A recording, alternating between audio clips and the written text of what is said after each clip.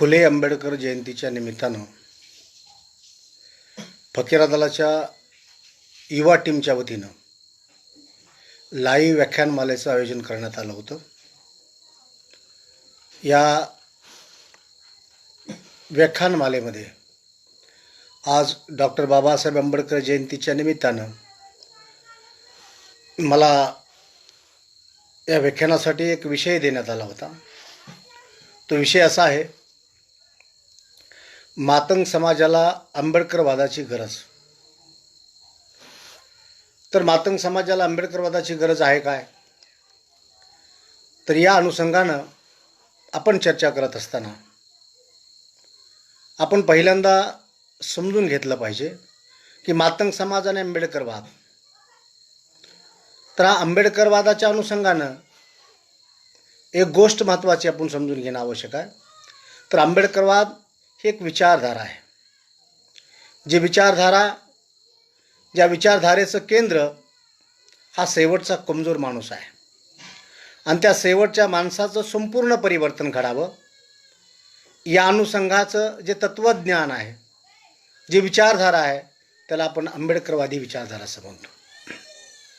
मित्रांनो, या आंबेडकरवादी विचारधारेची सुरुवात आपणाला कुठून झाली या अनुषंगानं काही याविषयी चर्चा करणं किंवा विचार करणं आवश्यक आहे. तरी विचारधारा 4 वाकापासून सुरुवात होते. हजारो वर्षापूर्वी या देशामध्ये विशिष्ट अशा समुदायाच्या हितासाठी जी एक विचारधारा, चतुर्वर्णीय विचारधारा निर्माण झाली होती, त्या चतुर्वर्णीय विचारधारेला जर पहिल्यांदा कुणी हादरा दिला असेल तर ते 4 वाकानं दिला. ती व्यवस्था माणसाच्या हिताची, माणसाच्या बदलाची, माणसाच्या अस्तित्वाची व्यवस्था नाही आणि म्हणून 4 वाकानं त्या व्यवस्थेच्या विरोधात बंड पुकारलेला आपल्याला दिसतं. 4 वाकाच्या नंतर सम्राट अशोका, 4 वाकाच्या नंतर तथागत गौतम बुद्ध आहेत, ज्यांनी 2500 वर्षापूर्वी इथली जेव्हा समाजव्यवस्था पाहिली तेव्हा त्यांच्या लक्षात आलं की तर या समाजामध्ये काही वर्ग दिसतोय. एक अन्याय करणारा वर्ग दिसतोय, सहन करणारा वर्ग दिसतोय. एकाची अवस्था अतिशय विचित्र अवस्था आहे की जनावरापेक्षाही बदतर त्याचं जीवन आहे. त्याला माणूस म्हणून, माणूस असताना माणूस म्हणून जगता येत नाही. तो अतिशय व्यसनेमध्ये आहे, तो अतिशय दुःखात आहे आणि तो जगण्यासाठीच नाही तर माणूस म्हणून जगण्यासाठी खूप मोठी धडपड करताना दिसतोय आणि मग हा अतिशय पशुचं जीवन जगतोय. अशी जेव्हा अवस्था तथागत गौतम बुद्धाच्या लक्षात येते तेव्हा या लोकांच्या, या दुःखी आणि वेदनाचं जीवन जगणाऱ्या लोकांच्या दुःखाचं कारण काय, याच्यावर गौतम बुद्धांनी खूप मोठा अभ्यास केला आणि गौतम बुद्धांनी चिंतन केलं, मनन केलं. तेव्हा त्यांच्या लक्षात आलं या दुःखाचं कारण काय, तर या दुःखाचं कारण इथली व्यवस्था आहे. जी व्यवस्था वर्णावर आधारित आहे, ज्या व्यवस्थेमध्ये 4 वर्ण आहेत, ब्राह्मण, वैश्य, क्षत्रिय आणि शूद्र. तर इथं या वर्णामध्ये प्रत्येक वर्णाच्या माणसाला त्याची स्वतंत्र कामं वाटून दिलेली आहेत आणि जो शूद्र वर्ग आहे तो सेवा करणारा, आणि त्याची संख्या भारतामध्ये खूप मोठ्या प्रमाणात आहे. म्हणजे मोठा जो समुदाय आहे, जनसमुदाय आहे, तो सेवा करण्याचं काम फक्त त्यांना करायचं आणि 3 वर्णाच्या लोकांनी त्याचा फायदा घ्यायचा.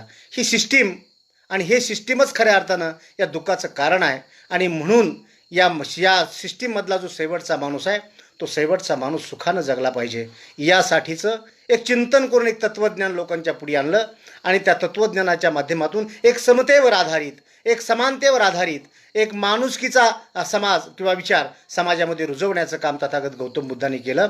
कारण गौतम बुद्धाच्या लक्षात आलं होतं की जोपर्यंत तिथला शेवटचा माणूस सन्मान आणि स्वाभिमानानं जगत नाही, जोपर्यंत त्याला जगण्याची माणूस म्हणून संधी प्राप्त होत नाही, तोपर्यंत इथली व्यवस्थेतला कुठलाच माणूस सुखी होऊ शकत नाही. कारण इथली व्यवस्था एक चिमटभर लोकांच्या, एक चिमटभर व्यवस्थेतल्या लोकांच्या हितासाठी निर्माण झालेली व्यवस्था आहे. मित्रांनो, ही जी मानवतेवर आधारित आहे, की जी शेवटच्या माणसाच्या हिताची, त्या माणसाच्या संपूर्ण परिवर्तनाची विचारधारा तथागत गौतम बुद्धांनी त्या काळी व्यापक पातळीवर मांडली आणि त्याचा परिणाम त्याचा परिणाम खूप जगभर झाला आणि लोकांना लक्षात आलं की आम्हाला शांतीचं सुखाचं जीवन जगायचं असेल तर आम्हाला सामाजिक बांधिलकी जोपासावी लागेल. इथली जी चढउताराची व्यवस्था आहे ती नाकारावी लागेल, ती नेस्तनाबूत झाली पाहिजे. आणि म्हणून मग माणसामध्ये माणूस पण जिवंत होऊन माणसाला माणसासारखं जगता येईल. हे तत्त्वज्ञान जे तथागत गौतम बुद्धाचं त्याने मानवता आणि समतेवर आधारित होतं ते तत्त्वज्ञान पुढच्या काळामध्ये मी थोडक्यामध्ये या सगळ्या गोष्टीचा आंबेडकरवादाच्या अनुषंगाने थोडीशी चर्चा करणार आहे. त्याच्यानंतर गौतम बुद्धाच्या नंतर म्हणजे खऱ्या अर्थाने या चतुर्वर्णी व्यवस्थेला खरा आदरा आणि त्याला निस्तनाभूत करण्याचं काम जर कोणी पहिल्यांदा केलं असेल तर इसवी सन 2500 वर्षापूर्वी तथागत गौतम बुद्धांनी हे काम चालू केलं.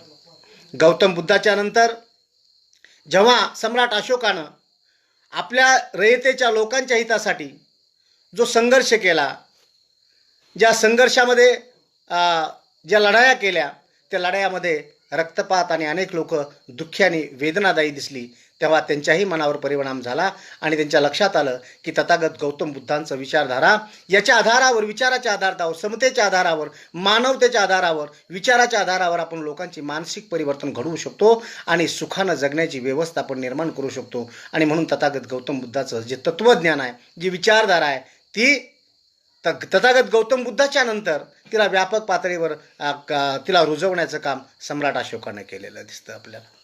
आणि सम्राट अशोकाच्या नंतर अनेक काळ पुष्यमित्र शुंगाच्या या प्रतिक्रांतीचा परिणाम म्हणून हजारो वर्ष इथली व्यवस्था अतिशय दयनीय अवस्थेमध्ये होते. जनावरासारखं वाईट जीवन इथला काही शोषित समाज जगत होता. आणि त्याच्यानंतर 750 वर्षे संतांनी पुन्हा या समाजाला जाणीव करून देण्याचं काम आपल्या जागृतीच्या माध्यमातून संतांनी केलेलं आपल्याला दिसतं आहे.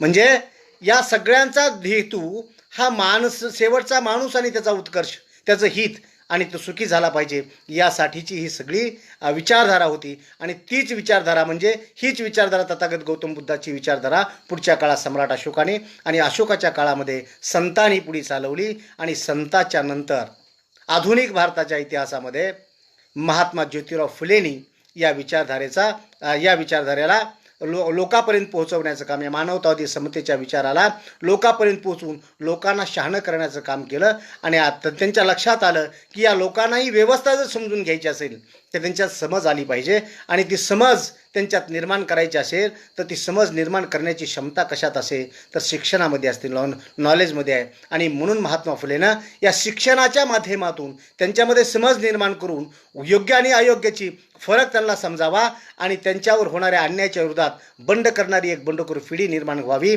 यासाठी महात्मा ज्योतिराव फुलेंनी एक माणूस या केंद्र चळवळीचा ठेवून त्या माणसाच्या विकासाची चळवळ, सत्याचा शोध लोकांना घेता यावा, वास्तव लोकांच्या लक्षात यावा, त्या पातळीवर महात्मा ज्योतिराव फुलेंनी पुढे ते पाऊल उचललं. आणि तेच जी चळवळ आहे पुढे ती रेटली गेली. आणि मग महात्मा फुलेच्या नंतर डॉक्टर बाबासाहेब आंबेडकरांनी या सगळ्या गोष्टीचा अभ्यास केला. आणि ही मानवतावादी जी चळवळ आहे हीच चळवळ जे तथागत गौतम बुद्धाची चळवळ आहे, जी तथागत गौतम बुद्धाची चळवळ पुढे सम्राट अशोकानं चालवली आणि सम्राट अशोकाच्या नंतर ती संतांनी चालवली, संताच्या नंतर महात्मा ज्योतिराव फुलेंनी चालवली. आणि महात्मा फुलेची सत्यशोधक तीच चळवळ डॉक्टर बाबासाहेब आंबेडकरांनी आपल्या कालखंडामध्ये चालवली. आणि या सगळ्यांच्या चळवळीचा जर केंद्र कोण असेल तर तो माणूस आहे, शेवटचा माणूस आहे. त्याचं सुख, त्याचं समाधान आणि त्याच्या अस्तित्वासाठी त्याला एक सुखाचं आणि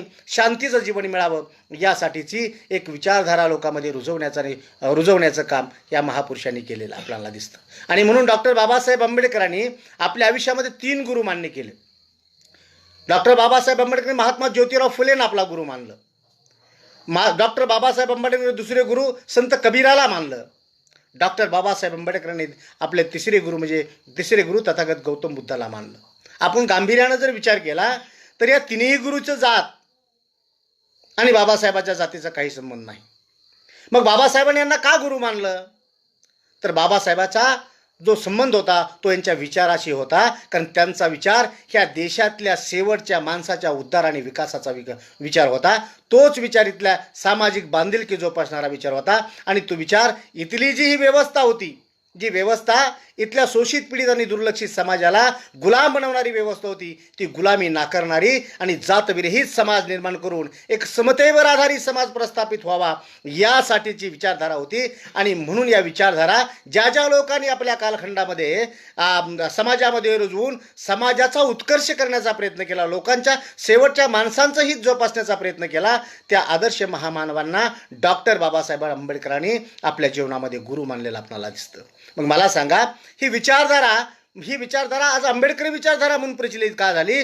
तर या महापुरुषांचा जो संपूर्ण विचार आहे, तो विचार आपल्या कार्यकालामध्ये इतक्या व्यापक पातळीवर लोकांमध्ये रुजवण्याचं काम आणि त्या विचाराच्या आधारावर समाजाला तयार करून शेवटच्या माणसाचं परिवर्तन घडवण्याचं काम डॉक्टर बाबासाहेब आंबेडकरांनी केलं. पण घटनेच्या माध्यमातून हे सर्व अधिकार लोकांना पोचवण्याचा देण्याचा प्रयत्न बाबासाहेबांनी 100% केला. आणि घटनेच्या माध्यमातून घटनात्मक पातळीवर जातीला नष्ट करण्याचं काम आणि एक समाज निर्माण करण्याचं काम डॉक्टर बाबासाहेब आंबेडकरांनी केलेलं आपल्याला दिसतं. आणि म्हणून आपण विचार केला पाहिजे की आंबेडकरवाद म्हणून डॉक्टर बाबासाहेब आंबेडकरांच्या नावावर ही विचारधारा गणली जाऊ लागली, ही विचारधारा आंबेडकरी विचारधारा म्हणून गणली जाऊ लागली. आणि मग आमच्यात ही परिस्थिती निर्माण झाली की मग आम्हाला डॉक्टर बाबासाहेब आंबेडकर एक दलित समाजातलं म्हणून जर या विचारधारेकडे आपण संकुचितपणे बघू लागलो, जात म्हणून बघू लागलो, वर्ग म्हणून बघू लागलो, तर ही आपली खूप मोठी फसवणूक आहे.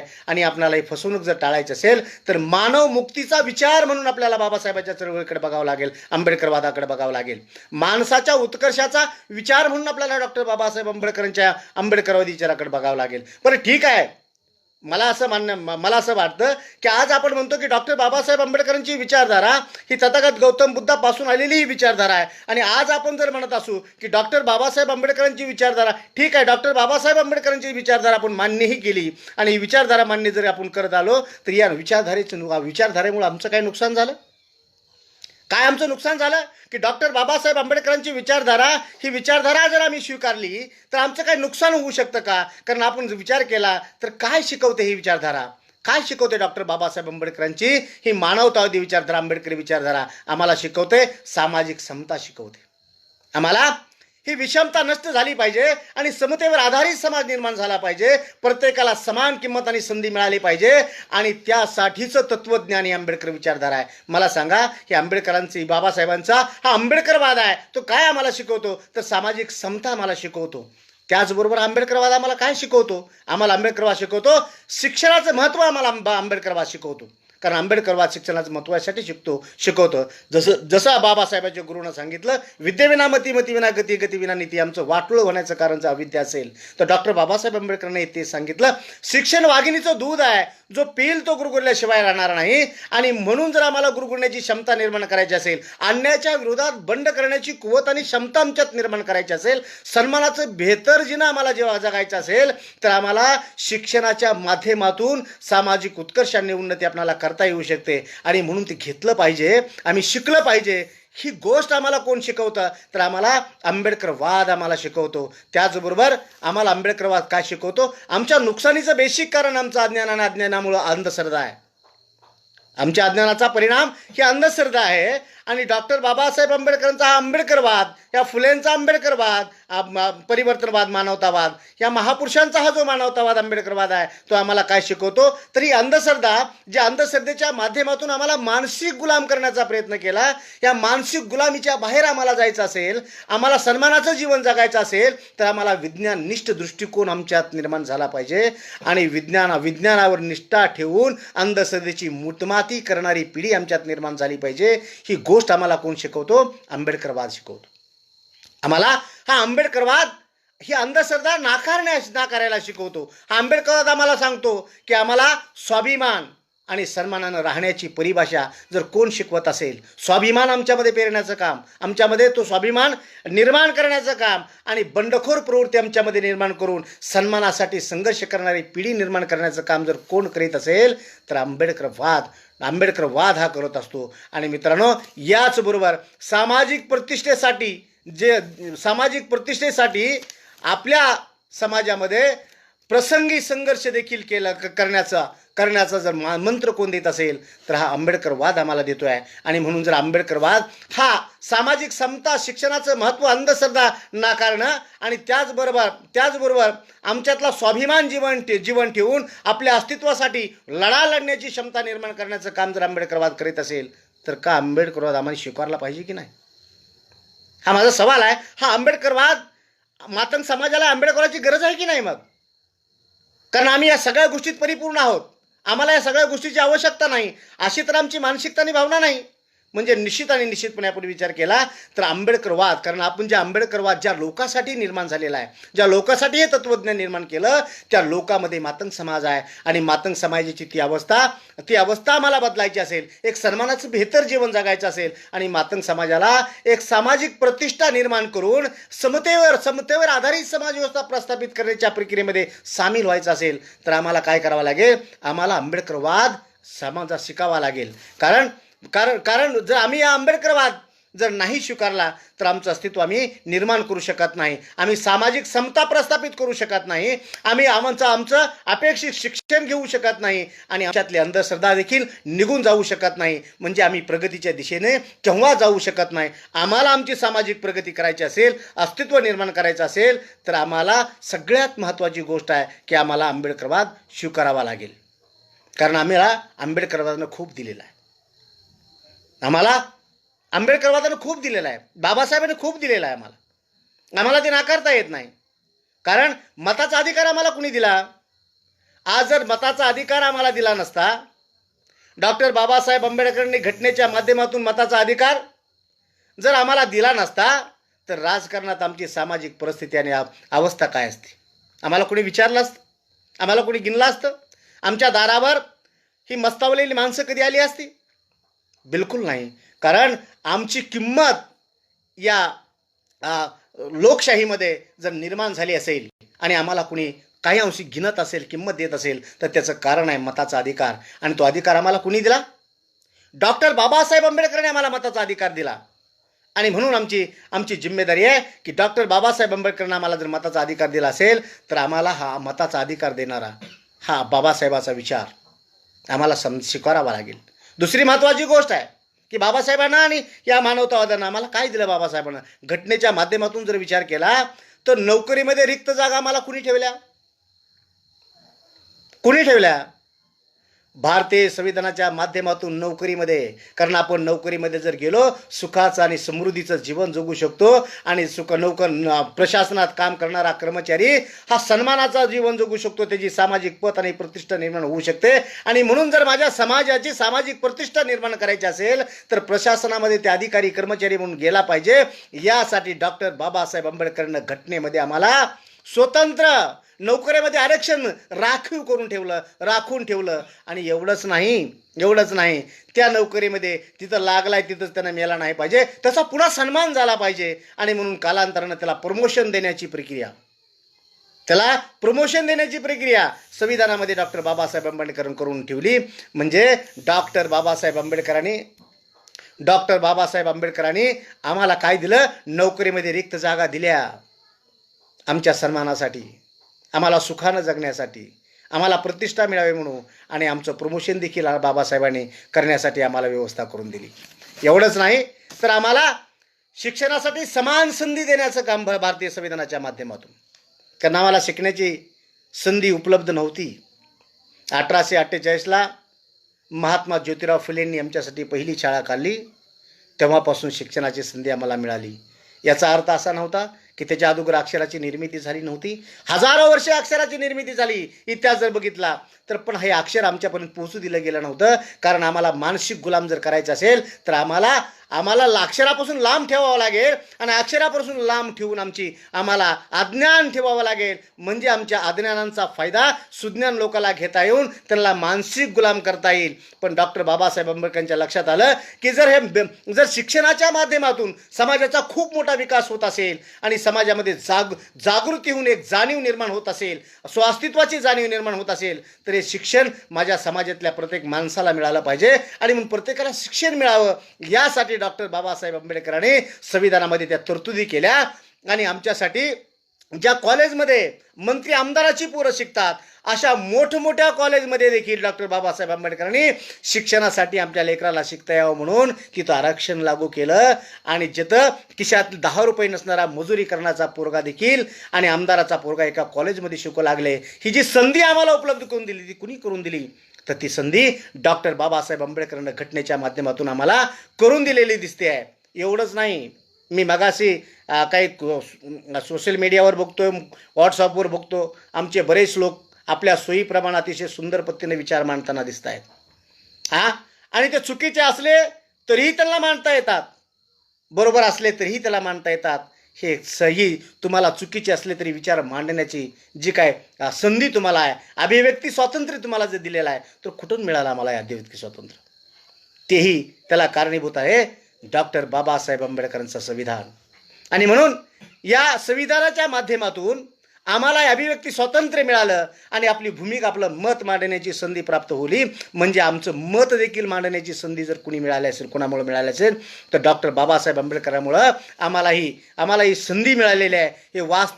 हे वास्तव आम्हाला नाकारता येणार नाही. आणि म्हणून आम्हाला डॉक्टर बाबासाहेब आंबेडकरांच्या हा जो विचार आहे, हा जो मानवतावादी विचार, जो आंबेडकरवादी विचार आहे, तो मातंग समाजाने स्वीकारल्याशिवाय मातंग समाजाचा उत्कर्ष भलं होऊ शकत नाही. आणि कारण बाबासाहेबाचा विचार हा कुण्या जातीचा विचार नाही, बाबासाहेबाचा विचार कुण्या वर्गाचा विचार नाही, बाबासाहेबाचा विचार कुण्या धर्माचा विचार नाही, तर हा विचार मानव मुक्तीचा विचार आहे. हा विचार समाजाच्या सन्मानाचा आहे. हा विचार या भारतातल्या शेवटच्या माणसाच्या सुखाचा विचार आहे. आणि हाच विचार माणसामध्ये स्वाभिमान निर्माण करू पाहणारा विचार आहे. आणि म्हणून जोपर्यंत आम्हाला स्वाभिमानाचं जीवन जगण्याची इच्छा आमच्यात असेल, आम्हाला सन्मानाचं जीवन जगावं असं वाटत असेल आणि आम्हाला माणूस म्हणून बेहतर जीवन जगावं असं वाटत असेल आणि या सगळ्या तरतुदीचा बेनिफिट घेण्याची ऐपत आमच्यात निर्माण करून घ्यायची इच्छा आमच्यातमध्ये असेल तर आम्हाला सक्षम व्हावं लागेल. आणि आम्हाला सक्षम करणारी विचारधारा जो कोणती असेल तर फुले शाहू बाबासाहेबांची विचारधारा आहे. कारण का विचारधारा आहे मी म्हणतो, याच्यासाठी मी सांगतो की हाच विचार मानवमुक्तीचा आणि तुम्हाला सन्मान देणारा विचार आहे. नाहीतर या भारतामध्ये तसे प्रचलित 3 विचारधारा आहेत ना. एक विषमतावादी विचार आहे. काय सांगतो तो विचार? विषमतावादी विचार विशिष्टाच्या समुदायाचं, विशिष्टाच्या समाजाचं, विशिष्टाच्या जातीचं हित व्हावं आणि उर्वरित सगळ्या जातींचं वाटोळं झालं तरी चालेल, त्याचं देणं घेणं नाही. अर्थात चिमटभर लोकांना बचकभर वाटा देणारा आणि बचकभर लोकांना चिमटीचा वाटा देणारा हा विषमतावाद, याला मी मनुवाद म्हणतो, ज्याला मी ब्राह्मणवाद म्हणतो, हाही भारतामध्ये प्रचलित आहे. दुसरा वाद आहे समाजवाद. आमचं वाटोळं कशानं झालं, आमचे नुकसान कशानं झाली तर जात आणि या व्यवस्थेमुळे झाली. वर्ण व्यवस्थेनंतर जेव्हा जाती व्यवस्था निर्माण झाली तेव्हा आमची वाटोळ होण्याचं कारण जर असेल तर इथली जात व्यवस्था आहे. आणि म्हणून ही जात व्यवस्था अबाधित ठेवून, जशीच्या तशी ठेवून, तुम्ही माझा आणि मी तुमचं म्हणणारा हा जो गुळगुळीत वाद आहे, हा जो समाजवाद आहे, तो मांग जातीचा उत्कर्ष करू शकेल काय? हा माझ्या पुढचा प्रश्न आहे. विषमतावाद माझ्या समाजाचा उत्कर्ष करू शकेल काय? हा समाजवाद माझ्या समाजाचा उत्कर्ष करू शकेल काय? ज्या समाजात मी जन्माला आलोय आणि समतेवर आधारित समाज व्यवस्था निर्माण व्हावी यासाठी निर्माण झालेला ममतेवरचा विचार, जो ममतेचा विचार आहे, तो विचार फुले शाहू बाबासाहेब अण्णाभाऊंचा हा मानवता विचार, हा मानवतावादी विचार या माझ्या समाजाचं भलं करू शकतो. कोणता विचार आमच्या समाजाचं भलं करू शकतोय? जर हा मनुवादी विचार माझ्या समाजाचं भलं करू शकत नसेल, हा जाती व्यवस्थेमुळे ज्या समाजाचं आमच्या नुकसान झालं ही तशीच्या तशी ठेवून कामापुरता तुम्ही माझं म्हणणारा हा गुळगुळीत वाद, हा समाजवाद हा आमच्या समाजाचा उत्कर्ष करू शकणार नाही. मग कोणता विचार आमच्या समाजाचा करू शकतो, उत्कर्ष करू शकतो? तर फुले शाहू बाबासाहेबांचा मानवतावादी विचार, अण्णाभाऊचा मानवतावादी विचार हाच माझ्या समाजाचा उत्कर्ष करू शकतो. आणि म्हणून आम्ही ही विचारधारा स्वीकारली पाहिजे. आजकाल मी बघतोय की आम्ही काय करतोय, आंबेडकरवाद, फुलेवाद, शाहूवाद हा जो विचार आहे हा काही जातीचा विचार नाही, हा काही कुण्या धर्माचा विचार नाही. या विचाराला जातीचा अंग लावता येत नाही किंवा एवढं सीमित करून ठेवण्याचं काम आम्हाला करता येत नाही आणि तेवढी ऐपत आमच्यामध्ये निश्चितपणे नाही. पण दुःख या गोष्टीचं वाटतं. आम्ही चर्चेला करताना सांगतो की आमच्या जातीत जन्माला आलेल्या महापुरुषांचा आम्हाला अभिमान आहे. आम्ही काय करतो, आमच्या जातीत जे महापुरुष जन्माला आले त्यांची विचारधारा हीच समाजाची विचारधारा आणि त्याच्याच विचारावर आमच्या समाजाचा उत्कर्ष होऊ शकतो, ही भावना आम्ही व्यक्त करतो आणि लोकांना अपेक्षा व्यक्त करतो की आम्हाला ह्या मानवतेच्या विचारापेक्षा आम्ही आमच्या जातीतल्या महापुरुषांचा विचार उजवण्याचं काम समाजात करून आमच्या समाजाचा उत्कर्ष करू शकतो. मला सांगा, आम्ही ज्या जातीचा आदर्श मानतो, आमच्या जातीचे आदर्श मानतो, आमचे सत्यशोधक अण्णाभाऊ साठेंना, अण्णाभाऊ साठेनं कधी जातीचं काम केलेलं आपल्याला दिसतं का? जातनिष्ठ अण्णाभाऊ होते का? अण्णाभाऊनं फक्त जातीचं काम, मांग जातीचं काम करताना आम्हाला दिसले का? अण्णाभाऊनी जर मांग जातीचं काम केलं असतं तर या देशातल्या डवरी गोसाव्यापासून, फिरणाऱ्या माकडवाळ्यापासून ते महारामांगापासून ते सगळ्या शोषितांचं दुःख आपल्या लेखणीच्या माध्यमातून लोकांच्या समोर ठेवून इथल्या माणसाच्या जगण्याची व्यथा, इथल्या माणसाच्या मरणाची अवस्था आणि इथल्या माणसाची समाज व्यवस्था लोकांच्या पुढे आपल्या लिखाणाच्या माध्यमातून अण्णाभाऊनं मांडलेली नसती. अण्णाभाऊनं मांगावरच फक्त लिहिलं असतं. अण्णाभाऊनं जातीचे नायक पुढे केले, पण ते नायक नुसत्या एका जातीला घेऊन जाणारे नव्हते, तर शेजारच्या छोट्या मोठ्या जातींना एकत्र करून आपल्यासारखी समान अवस्था असणाऱ्या जातीच्या लोकांना एकत्र करून आपल्या हक्क आणि अधिकारासाठी बंड करणारे नायक अण्णाभाऊंनी आपल्या कथा आणि कादंबऱ्याच्या माध्यमातून उभा करण्याचा प्रयत्न केला. अण्णाभाऊ जातीवादी होते का? अण्णाभाऊनं फक्त जातीचं दुखणं मानलं नाही. लहुजीभाऊ असता साळवी, लहुजीभावाने काय केलं तर महात्मा फुलेसारखी सत्यशोधक जी चळवळ आहे त्या चळवळीला आपली खूप मोठी ताकद दिली. ती चळवळ वाढवली आणि जोपासावी. आणि त्याचबरोबर महात्मा फुलेंचा त्या शेवटच्या माणसाला शहाणं करणारा विचार होता, शिक्षणाचा विचार आहे, त्या विचाराला ताकद देऊन ती चळवळ गतिमान करण्याचं काम जर महात्मा फुलेंनी केलं असेल, आपलं क्रांतिगुरु लहुजी वस्ताद साळवेंनी केलं असेल, तर ते जातनिष्ठ होते का? नाही. म्हणजे यांनाही त्या विपरीत होतं की आपल्यासारखे जगणारे, आपल्यासारखी अवस्था असणारी माणसं एकत्र राहिली पाहिजे आणि सगळ्यांनी मिळून आपली अवस्था बदलण्याचं काम करावं लागेल, आपल्या हिताची व्यवस्था निर्माण करावी, हीच भावना सगळ्यांची होती. आणि म्हणून आम्हाला आता थोडंसं बाहेर यावं लागेल, विचार करावा लागेल. आणि आमच्या समाजाचा उत्कर्ष आम्हाला करायचा असेल तर आमच्या जातीत जन्मलेल्या महापुरुषांनी तीच भावना व्यक्त केलेली आहे. आणि म्हणून बाबासाहेब आंबेडकरांना फकीरा नावाची जगातल्या 27 भाषेमध्ये प्रकाशित झालेली अण्णाभाऊंची कादंबरी डॉक्टर बाबासाहेब आंबेडकरांना अण्णाभाऊनं दिलेली नाहीत, बहाल केलेली नाही, तर अण्णाभाऊच्या बाबासाहेबाच्या झुंजार लेखणीला ते अर्पण केलेले आहे. म्हणजे काय? लेखनी काय करते? लेखनी विचारधारा प्रदर्शित करते. बाबासाहेबांची जी विचारधारा होती त्या या देशातल्या शेवटच्या माणसाच्या उत्कर्षाची आणि उद्धाराची विचारधारा होती. हीच विचारधारा माझ्या समाजाला तारू शकते. ही भावना जेव्हा अण्णाभाऊंच्या लक्षात आली तेव्हा अण्णाभाऊनं आपल्या आयुष्यातली सगळ्यात मोठी कमाई फकीरा नावाची कादंबरी डॉक्टर बाबासाहेब आंबेडकरांच्या झुंजार लेखणीला अर्पण केलेली. म्हणून आम्ही समजून घेतलं पाहिजे की आमच्या महापुरुषांना या सगळ्यांना काय अपेक्षित होतं तर या देशातला शोषित समाज आहे तो एकत्र आला पाहिजे आणि या जातीचा समाज बनला पाहिजे. आणि जोपर्यंत या जातीचा समाज बनत नाही तोपर्यंत इथे एक सक्षम समाज व्यवस्था निर्माण होऊ शकत नाही, समांतर समाज व्यवस्था निर्माण होऊ शकत नाही, एक ताकदवर समाज व्यवस्था निर्माण होऊ शकत नाही. आणि त्याशिवाय आमच्या समाजाचा उत्कर्ष होत नाही, आमच्यावरचे अन्याय अत्याचार देखील थांबत नाहीत. कारण आमच्यावर अन्याय झाला तर आमच्यासारखं शोषणाचं जीवन जगणारा माणूस तो म्हणला पाहिजे की हा माझ्यावर अन्याय झालाय, ही मानसिकता त्याच्यात निर्माण झाली पाहिजे. जर तसं घडलं, एखाद्या मातंग समाजावर अन्याय जर झाला तर महार मांगडोर चंबार वडार कुंभार साळी माळी तेली नावी कुणबी वंजारा भील पारधी रामोशी या समाजाची माणसं जर म्हणू लागली की माझ्या समाजावर अन्याय झालाय, तर त्या टायमाला अन्याय करणाऱ्याची हिंमत केव्हाच पुढे होणार नाही आणि आमच्यावर कुठल्याच पातळीचा अन्याय होणार नाही. कारण त्यांच्या लक्षात येईल की आता मातंग समाज ही जात राहिलेली नाही, तो समूह झालेला आहे आणि ती आता समाज बनलेला आहे. जर हा समाज एकत्र आला तर हा खूप मोठा समुदाय आहे. हा समाज जर एकत्र आला, याच्यावर अन्याय करायचं सोडा तर आमाची राज्य व्यवस्था उलथून टाकू शकतो आणि स्वतःच्या हिताची व्यवस्था निर्माण तो करू शकतो. ही भीती त्यांच्यात निर्माण झाली पाहिजे. आणि ही भीती निर्माण करायची असेल तर आम्हाला ह्या महामानवांच्या विचारानं आम्हाला आमच्या समाजामध्ये हा विचार रुजवून मानवतावादी दृष्टिकोन समाजाच्या कार्यकर्त्यामध्ये निर्माण करावा लागेल. आणि हे करायचं असेल तर आम्हाला त्याग करावा लागेल. आम्हाला आम्हाला द्यावं लागेल, कारण बुद्धिवंताच्या त्यागाचा परिणाम समाज बनत असतो. कारण कुठलीही चळवळ आम्हाला गतिमान करायची असेल तर बुद्धिवंतांनी त्याग करावा लागतो, शहाण्या माणसांनी त्याग करावा लागतो. कारण ही सगळ्यात मोठी जिम्मेदारी कुणावर येत असते तर फक्त आणि फक्त समाजातल्या शहाण्या माणसावर ही जिम्मेदारी येत असते. आणि म्हणून भावांनो, की आज जर आपण विचार केला तर मातंग समाजाच्या उत्कर्षासाठी आणि मातंग समाजाला डॉक्टर बाबासाहेब आंबेडकरांच्या मानवतावादी विचाराचा, आंबेडकरी विचाराची आवश्यकता आहे. आणि या विचाराशिवाय मातंग समाजाचा उत्कर्ष आणि भलं होऊ शकत नाही, हे वास्तव कुणाला नाकारता येत नाही. आणि या बाबासाहेबांनी समाजाची नुकसान न करता मातंग समाजाच्या अस्तित्वाची खऱ्या अर्थानं जर सगळ्या अस्तित्व निर्माण करण्याच्या प्रक्रियेमध्ये जर सगळ्यात मोठं योगदान कुणाचं असेल तर डॉक्टर बाबासाहेब आंबेडकरांचं आणि भारतीय संविधानाचं आहे. त्या संविधानामध्ये डॉक्टर बाबासाहेब आंबेडकरांनी कुणालाही लांब आणि कुणालाही कमी लेखलं नाही, समान संधी प्रत्येकाला देण्याची भावना डॉक्टर बाबासाहेबांनी ही केली. जर बाबासाहेब एखाद्या जातीत जन्माला आले असतील, कारण प्रत्येक माणूस कुण्यातरी, या भारतामध्ये जाती व्यवस्था असल्यामुळं प्रत्येक माणूस कुण्यातरी जातीत जन्माला येतो.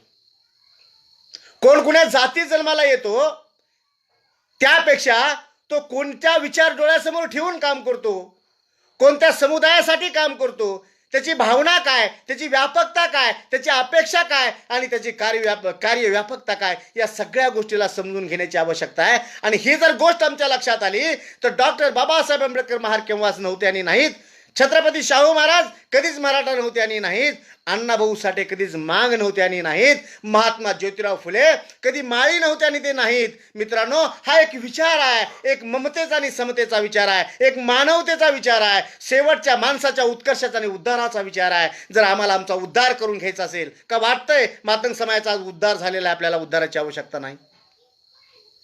मातंग समाजाचं संपूर्ण परिवर्तन घडलेलं आहे, आम्हाला आता परिवर्तनाची गरज नाही. मातंग समाजाची कुठलीच अडचण निर्माण राहिलेली नाही, आम्हाला आता कुठल्याच गोष्टीची गरज नाही.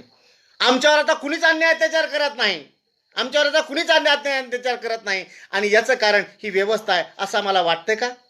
नाही. तर आम्हाला आमचंही परिवर्तन करणं अपेक्षित आहे. कारण आज जर महाराष्ट्रामध्ये बघितलं तर मातंग समाजाची सामाजिक स्थिती अतिशय नगण्य आहे. जर कुणी म्हणत असेल की मातंग समाज पुढारलेला समाज आहे, बिलकुल नाही. मातंग समाजाची आजची स्थिती अतिशय नगण्य आहे. या समाज व्यवस्थेमध्ये जे अपेक्षित स्थान मातंग समाजाला असणं आवश्यक होतं ते आम्हाला स्थान दिसत नाही. शैक्षणिक व्यवस्थेमध्ये आमचं स्थान नगण्य आहे, आमचं प्रशासनात स्थान नगण्य आहे, राजकारणात आम्हाला कुणी काळीची किंमत देत नाही. ही आमची परिस्थिती आहे आणि आमची परिस्थिती आम्हाला बदलायची आहे. आणि ती जर बदलायची असेल तर आमच्या परिस्थितीला बदलण्याची ताकद असणारी विचारधारा, आमच्या ह्या मानसिकतेला बदलण्याची ताकद असणारी विचारधारा, आमच्या ह्या व्यवस्थेचं परिवर्तन घडवून आम्हाला एक सकारात्मक व्यवस्थेमध्ये आणणारी विचारधारा कोणती असेल तर फुले शाहू बाबासाहेबाचा हा आंबेडकर वाद आहे. आणि हा आंबेडकर वादाशिवाय आमच्या समाजाचा उद्धार होऊ शकत नाही, आमच्या समाजाचं भलं होऊ शकत नाही, हे वास्तव आहे. आणि म्हणून महाराष्ट्रामध्ये आम्ही विचार केला पाहिजे की जर आमच्या समाजाचं आम्हाला भलं करायचं असेल तर आम्हाला बाबासाहेबांच्या मानवतावादी, फुलेंच्या मानवतावादी, शाहू महाराजांच्या मानवतावादी, अण्णाभाऊंच्या मानवतावादी विचाराच्या आधारावर समाजाची चळवळ आम्हाला मोठी करावी लागेल. हा विचार आम्हाला समाजात रुजवावा लागेल. आमच्या समाजामध्ये भाईचारा आम्हाला निर्माण करावा लागेल. आम्हाला समाज एकसंघ करावा लागेल. समाजाची मोठ बांधावी लागेल. कारण समाजाची मोठ बांधल्याशिवाय आणि विचाराच्या आधारावर समाज बनल्याशिवाय त्या समाजाची सामाजिक प्रतिष्ठा निर्माण होत नाही. हजारो लोक एकत्र आली, अविचारी लाखो लोक एकत्र आली तर त्याची दशेत त्याचा परिणाम अपेक्षित होत नाही. पण 1000 विचारी माणसं एकत्र आली तर ते परिणाम करू शकतात, व्यवस्थेवर परिणाम करू शकतात. आणि म्हणून आम्हाला विचारी माणसं एकत्र आणावी लागतील. आणि ते करण्यासाठी आम्हाला विचाराच्या आधारावर मातंग समाजाची मोठ बांधावी लागेल. म्हणून आम्ही कधी कधी म्हणतो जिस समाज का दल होता है, जिस समाज का दल होता है भाई उस समाज का बल होता है, और जिस समाज का दल बल होता है उसी समाज का आने वाला कल होता है. अगर हमको लगता है कि हमारे समाज का कल आए, अगर हमको लगता है हमारे समाज का अस्तित्व बने, तो साथियों हमारे समाज का दल बनना अनिवार्य है. और वो दल विचार के आधार पर होना चाहिए कि विचार के आधार पर बने हुए जो लोग हैं, अगर कम भी लोग इकट्ठा कर अगर वो लोग एक्शन समाज हित के लेंगे तो उसका परिणाम व्यवस्था पर हो सकता है. आणि म्हणून या व्यवस्थेवर अपेक्षित परिणाम जर आम्हाला घडवायचा असेल तर आम्हाला या गोष्टीचा विचार करावा लागेल. आणि आम्हाला विचाराच्या आधारावर महाराष्ट्रामध्ये दल निर्माण करावा लागेल. आणि फुले शाहू बाबासाहेबाच्या या आंबेडकरवादी, या मानवतावादी विचारावर आमचा समाज आम्हाला बनवावा लागेल. आणि त्या विचाराचा आधार घेऊन आम्हाला आमच्या समाजाची चळवळ गतिमान करावी लागेल. कारण कुठल्याही समाजाची चळवळ विचाराशिवाय बांधली जाऊ शकत नाही. कुठल्याही समाजाची चळवळ विचाराशिवाय नाही बांधली जाऊ शकत. आणि मी मगा सांगितलेले दोन विचार तर आमच्या समाजाची चळवळ नाही बांधू शकत. मग आम्हाला आमच्या समाजाची ही चळवळ सक्षम करून समाजाला न्याय देण्याची ऐपत ज्यात निर्माण करायची असेल तर आम्हाला विचाराच्या आधारावर आम्हाला आमचं संघटन निर्माण करावं लागेल. आणि फक्त आमच्या समाजाचं जर उदार विचाराच्या आधारावर संघटना बांधून करायचं असेल तर हा आंबेडकरवाद, फुलेशाहू बाबासाहेबाचा मानवतावाद हाच एक विचार आहे, हाच एक वाद आहे की जो आमच्या समाजाचं अस्तित्व निर्माण करू शकतो, आमच्या समाजाची सामाजिक उन्नती करू शकतो. आणि म्हणून भावांनो, आम्ही थोडंसं व्यापक झालं पाहिजे, आम्ही थोडासा व्यापक विचार केला पाहिजे. कारण मातंग समाजाचा विचार करत असताना आम्ही सांगतो की दोन प्रकारचं काम मातंग समाजामध्ये केलं जातं. मातंग समाजाला एकसंघ करण्याचं काम, अर्थात दोन पातळीवरचं काम केलं जातं. मातंग समाजाला एकत्र करून वेगळं करण्याचं काम आणि मातंग समाज विचाराच्या आधारावर बनवण्याचं काम. मातंग समाजामध्ये आपण जो कुठल्याही जातीचं आपण काम करत असताना दोन पातळीवर काम केलं जातं की त्या जातीला एकत्र करून घट्ट बांधणं आणि त्या जातीला विचाराच्या आधारावर तयार करून जातीचा समाज बनवण्यासाठी काम करणं. आम्हाला जातीचं काम करणं आवश्यक आहे, पण जातीचं काम विचाराच्या आधारावर तो समाज तयार करून जातीचा समाज बनवण्याच्या प्रक्रियेचं काम आम्हाला महाराष्ट्रामध्ये करावं लागेल. तर खऱ्या अर्थानं आमचं सामाजिक चळवळ आम्ही यशस्वी करू शकतो. आणि ही चळवळ यशस्वी करायची असेल तर आम्हाला त्याग करावा लागेल, द्यावं लागेल. आम्हाला देणारी पिढी निर्माण करावी लागेल. कारण देणारी पिढी निर्माण झाल्याशिवाय आमच्या समाजामध्ये लायक नेतृत्व निर्माण होऊ शकणार नाही. आम्हाला आमच्या समाजामध्ये लायक नेतृत्व निर्माण करावं लागेल. नाहीतर आपण बघतो वर्ष 2 वर्ष काम केलेल्या एखाद्या पुढाऱ्याच्या अंगावर 2-2, 3-3 किलो सोनं लगेच येतं आणि ते कामाचा परिणाम नेता म्हणून होतं. बिलकुल नाही. यातून आपण समाजाचं अस्तित्व नाही घडवू शकत. तर आम्हाला द्यायला शिकलं पाहिजे. वेळ, मेंदू आणि साधनाच्या जीवावर आम्ही आमचा समाज निर्माण करू शकतो. डॉक्टर बाबासाहेब आंबेडकरांना सांगितलं की कुठल्याही समाजाला त्या समाजाची चळवळ गतिमान करून यशस्वी करायची असेल, कुठल्याही समाजाला त्या समाजाची चळवळ गतिमान करून जर यशस्वी करायचं असेल तर त्या समाजामध्ये त्याग आणि समर्पित भावनेनं काम करणाऱ्या कार्यकर्त्यांची फळी निर्माण झाली पाहिजे. त्या समाजामध्ये त्याग आणि समर्पित भावना समोर ठेवून काम करणाऱ्या कार्यकर्त्यांची फळी निर्माण झाली पाहिजे. आणि त्याच्याही पुढे डॉक्टर बाबासाहेबाच्या नंतर मान्यवर काशीराम साहेब म्हणतात, देने वाले समाज में लाल पैदा होते हैं, अरे मांगने वाले समाज में तो दलाल पैदा होते हैं. समाज के अंदर के दलाल को खत्म कर समाज के अंदर लाल पैदा करना होता तो उन लोगों में देने की आदत चाहिए. आणि तीच भावना अण्णाभाऊ साठेंची होती. आणि म्हणून माझा जीव गेला तर बेहतर पण माझा समाज वाचला पाहिजे ही भावना डोळ्यासमोर ठेवून काम करणारं त्यागी नेतृत्व फकीरासारखं माझ्या समाजात निर्माण व्हावं म्हणून अण्णाभाऊंना फकीर आलेला. या पाठीमागची भूमिका आपण समजून घेतली पाहिजे. कारण आमच्या समाजाचा उद्धार त्या काळी फकीराच्या माध्यमातून त्या समाजाचा दरारा निर्माण झाला होता. कारण आपल्या सर्वस्वाचा त्याग करून समाजाचं भलं व्हावं ही भावना ठेवणारं लीडरशिप नेतृत्व फकीराच्या रूपानं त्या काळी काम करत होतं. मित्रांनो, या सगळ्या गोष्टीचा आपण विचार केला पाहिजे. आणि या सगळ्या गोष्टीचा विचार जर आपण करू लागलो तरच खऱ्या अर्थानं आपण ही चळवळ यशस्वी करू शकतो. आणि या चळवळीमध्ये सगळ्यात महत्त्वाची गोष्ट आहे की आम्हाला द्यायला शिकलं पाहिजे. वेळ असणारी वेळ दिला पाहिजे, मेंदू असणाऱ्यांनी मेंदू दिला पाहिजे आणि साधनं असणाऱ्यांनी साधनं दिली पाहिजे. तर आम्हाला आमची चळवळ गतिमान करता येऊ शकते. आणि जर आम्हाला असं वाटत असेल की आम्हाला आमची चळवळ गतिमान व्हावी, भावानो ती करणं आवश्यक देखील तेवढंच आहे. कारण ज्या समाजाची सामाजिक प्रतिष्ठा नसते आणि समाजाची प्रतिष्ठा कशावर अवलंबून असते, समाजाची प्रतिष्ठा त्या समाजातल्या चळवळीवर अवलंबून असते. आणि जर आम्हाला असं वाटत असेल की आमच्या समाजाची प्रतिष्ठा निर्माण व्हावी, आणि मित्रांनो, जोपर्यंत आमच्या समाजाची प्रतिष्ठाच निर्माण होत नाही तोपर्यंत त्या समाजातल्या कुठल्याच माणसाला काडीची किंमत येत नाही. त्या समाजातल्या कुठल्याच माणसाला कुणी अपेक्षित गिनत नाही. जर आम्हाला गिनतीत यावं असं वाटत असेल, आमची किंमत व्हावी असे आम्हाला वाटत असेल, आम्हाला आमचं अस्तित्व निर्माण व्हावं असं आम्हाला वाटत असेल तर आम्हाला काय करावं लागेल, आम्हाला आमची चळवळ गतिमान करावी लागेल. आणि चळवळ गतिमान करण्यासाठी आम्हाला सगळ्यांनी खऱ्या अर्थानं काही अंशी त्याग करावा लागेल. कारण बुद्धिजीवी लोकांच्या त्यागावर ही चळवळ मोठ्या पद्धतीनं उभा राहते. भावानं, पश्चिम महाराष्ट्रामध्ये डॉक्टर बाबासाहेब आंबेडकर शिकलेल्या लोकांची बैठक घेतात आणि त्या बैठकीमध्ये दुःख व्यक्त करतात आणि म्हणतात मुझे डर लगता है मेरे समाज के पढ़े लिखे लोगों से. ज्या बाबासाहेबाला दुनिया भेट होती, ज्यांच्या विद्वतेच्या पुढी भले भले झुकत होते, ते डॉक्टर बाबासाहेब आंबेडकर पश्चिम महाराष्ट्रात शहाण्या माणसाच्या बैठकीत म्हणतात मुझे डर लगता है मेरे समाज के पढ़े लिखे लोगों से. क्यों डर लगता है?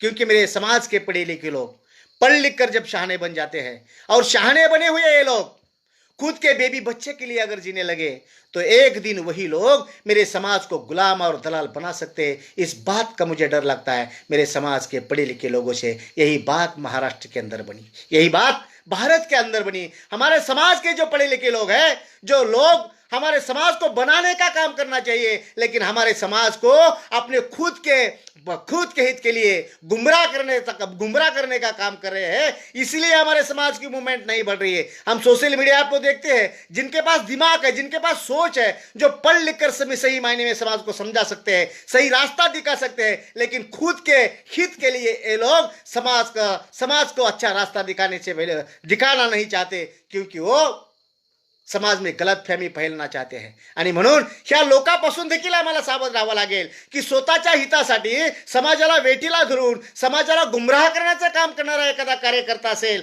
तर त्या कार्यकर्त्याला समजून घेऊन त्याची जागा त्याला दाखवण्याचं काम या समाजातल्या प्रत्येक कार्यकर्त्याने केलं पाहिजे. आणि स्वतःच्या हिताचा त्याग करून माझा समाज सुखी झाला पाहिजे यासाठी काम करणारा सामान्य कार्यकर्ता आहे, त्याचा बापा एवढा सन्मान करण्याची मानसिकता जो समाजात निर्माण झाल्याशिवाय समाजाच्या उत्कर्षाची चळवळ गतिमान होऊ शकत नाही. आणि म्हणून आम्ही महाराष्ट्रामध्ये या सगळी भावना आणि ती मानसिकता निर्माण करण्याचं काम विचारधाराच फक्त ही करू शकते. आणि विचारधारा समाजात रुजवून त्या पातळीचा समाज निर्माण व्हावा, आणि त्या पातळीचा समाज निर्माण व्हावा, समाज शहाणा व्हावा. म्हणजे समाज जर शहाणा होतो तेव्हा अज्ञानाला शहाण्या समाजाचा पुढारी होता येत नाही. जर समाजाचा पुढारी व्हायचा असेल तर तेवढं शहाणपण त्याला अंगीकारावं लागेल, तेवढं शहाणपण त्यानं स्वीकारावं लागेल, ते शहाणपण प्राप्त करावं लागेल, त्या शहाणपण प्राप्त करण्यासाठी कष्ट करावा लागेल, ती क्षमता आपल्यात निर्माण करावी लागेल, तरच तो समाज त्याला नेता मानेल. आणि म्हणून आमच्या डोक्यामध्ये ती संकल्पना आहे की या समाजाचं एक सक्षम नेतृत्व या समाजाला द्यायचं असेल तर त्या समाजाला शहाणं करणं आवश्यक आहे.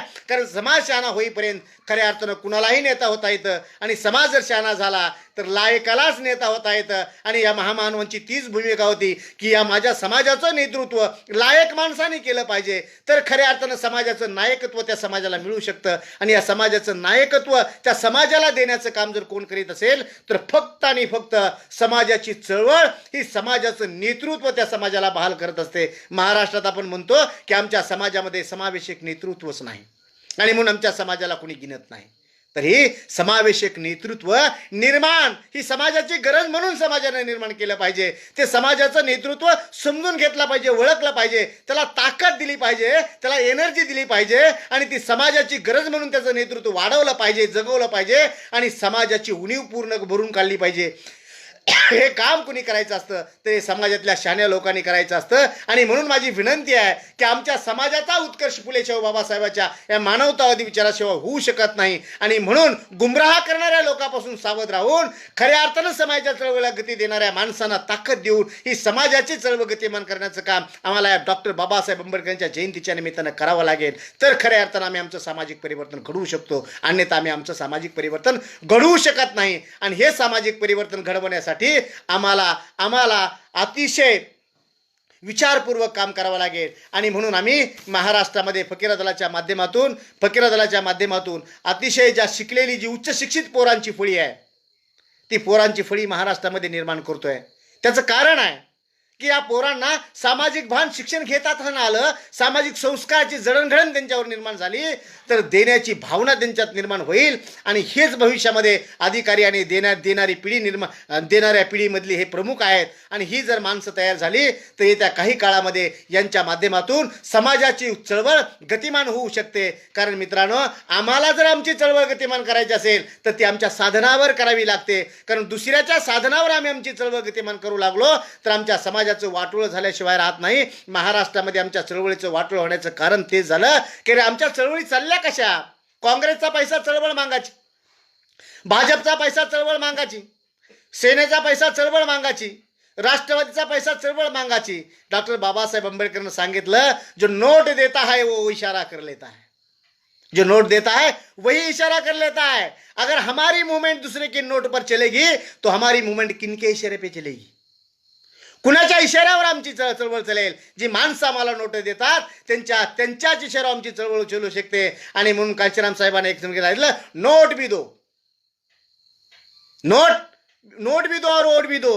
म्हणजे आमच्या साधनावर आमची चळवळ आम्हाला उभी करावी लागेल. आणि म्हणून महाराष्ट्रामध्ये आमचा मानस आहे की समाजाच्या साधनावरही समाजाची चळवळ मोठी झाली पाहिजे. म्हणजे समाजाच्या साधनावर मोठी झालेली चळवळ ही समाजाच्या इशारा आणि समाजाच्या हितासाठी काम करेल. कारण समाजाच्या हितासाठी जर ती काम नाही करू शकली तर तिला समाजाची साधनं मिळणार नाहीत. आणि समाजाची साधनं बंद झाली तर त्याला चळवळीला काम करता येणार नाही. आणि जर काम करायचं असेल तर समाजाच्या हिताचंच करावं लागेल. आणि म्हणून जर समाजाच्या हिताचं काम आम्हाला निर्माण करायचं असेल, उभं करायचं असेल, तर समाजाच्या साधनावर आमची चळवळ चालली पाहिजे. आणि ही चळवळ आपल्याला चालवावी लागेल. मित्रांनो, आम्हाला आमच्या साधनावरची चळवळ आम्हाला चालवावी लागेल आणि ती चळवळ आम्हाला यशस्वी करावी लागेल. आणि ही चळवळ यशस्वी करायची असेल तर ती चळवळ फक्त आणि फक्त फुले शाहू बाबासाहेबाच्या विचारावर आम्हाला चालवावी लागेल. आणि याच विचाराचा आधार घेऊन आम्हाला मातंग समाजाचं अस्तित्व निर्माण करावं लागेल. समाजाला गिनतीत आणावं लागेल, समाजाची प्रतिष्ठा निर्माण करावी लागेल आणि या जातीचा समाज बनवावा लागेल. तर खऱ्या अर्थानं आमचा उत्कर्ष होऊ शकतो. या सगळ्या गोष्टीचा आपण गांभीर्यपणे विचार करावा लागेल. आणि या सगळ्या प्रक्रियेमध्ये ज्यांनी ही व्याख्यानमाला आयोजित केली ते आमचे विद्यार्थी आणि तरुण मित्र जे आहेत चळवळीतले, ते विशालजी, मुक्ताजी, सम्राटजी, रोहन, अविनाश, आकाश, जय अशा तरुण आणि अतिशय म्हणजे उच्च शिक्षण घेतलेली मुलं आहेत. या लोकांनी या व्याख्यानमालेचं आयोजन केलेलं आहे. त्याचबरोबर या व्याख्यानमालेमध्ये या पोरांच्या म्हणजे विनंतीला मान ठेवून या कार्यक्रमामध्ये 12 बोलदारांचे अध्यक्ष सन्माननीय कल्याणजी दळे साहेब आले, सन्माननीय श्रीमंतजी कोकाटे साहेब आले, आदरणीय आमचे सगळ्या समाजाचे एक वैचारिक नेते रमेशजी राक्षे साहेब आले. या सगळ्यांचं मी आभार व्यक्त करतो आणि एक विनंती करतो की आपण बाबासाहेब आंबेडकरांच्या ह्या आंबेडकरवादाला समजून घ्या. आंबेडकरवाद हा जात नाही, आंबेडकरवाद हा विचार आहे, मानव मुक्तीचा विचार आहे, माणसाच्या हिताचा विचार आहे, माणसाला जोडणारा विचार आहे, जाती जातीला जोडणारा विचार आहे. आणि हा विचार आमच्या समाजाचं अस्तित्व निर्माण करू शकतो. या भारतातली कुठलीच विचारधारा आमच्या